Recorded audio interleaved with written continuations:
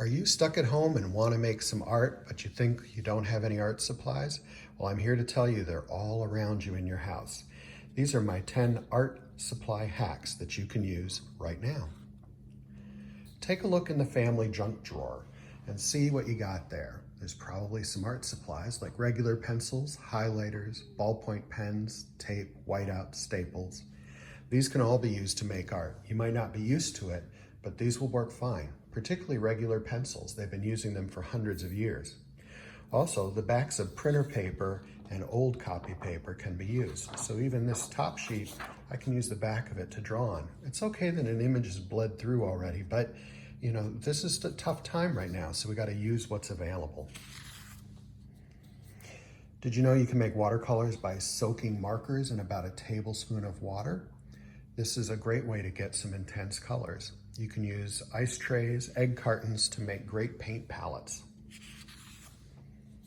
You can use a pinch of powdered drink mix packets like Kool-Aid or 3 Skittles in 1 tablespoon of water to make watercolor paint. If you have food coloring at home, that works even better.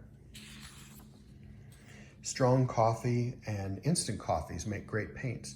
There are a whole bunch of blogs and Instagram accounts that are devoted to just using coffee to paint. Tea works too, but you gotta make it really strong. You can add Skittles, drink mix, or food coloring to white or light colored house paint. Paints that are water-based will work best, so you can test a little bit on the side and see if your Skittles will mix in with the paint to change the color.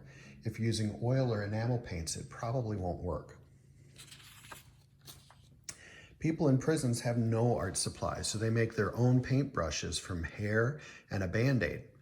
Well, hopefully you're not in prison as you're watching this. So if you have a dog, you're halfway there. Just clip a little hair and use a little tape and put it onto the end of the stick.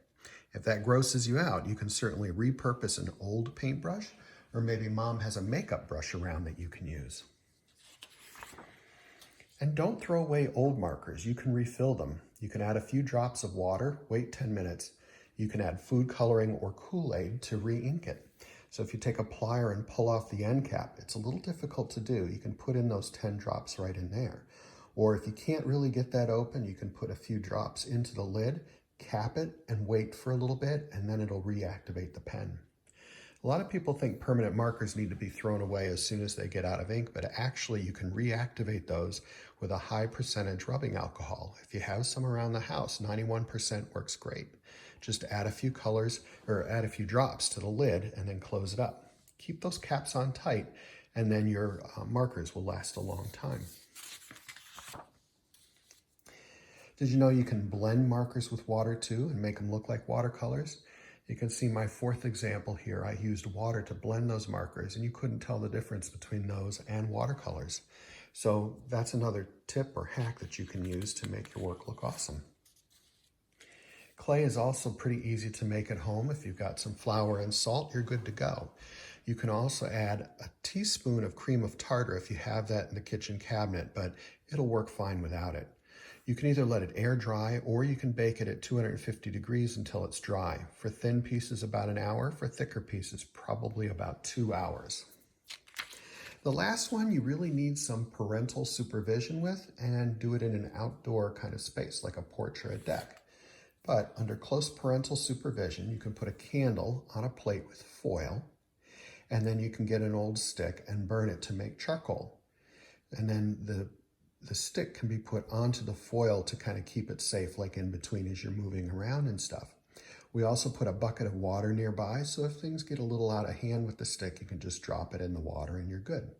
Again, this has to be done with a parent, but people have been using burnt sticks to draw since the caveman times. A lot of those drawings in the caves were created by burnt sticks. Well, I hope you see that a lot of these techniques can be used to help you out to make art at home. If you want to find more lessons by me, I'm at artedguru.com. You can check on the links for homebound learning and all sorts of things there. If you want to see more of my YouTube channel, you can go to this shortened URL. If you're already looking at me on YouTube, go ahead and please subscribe. If I can get 1,000 subscribers, I'll be able to do live videos. If you're watching this on YouTube, go to that URL and then go ahead and subscribe. I really appreciate your support. Have a great day.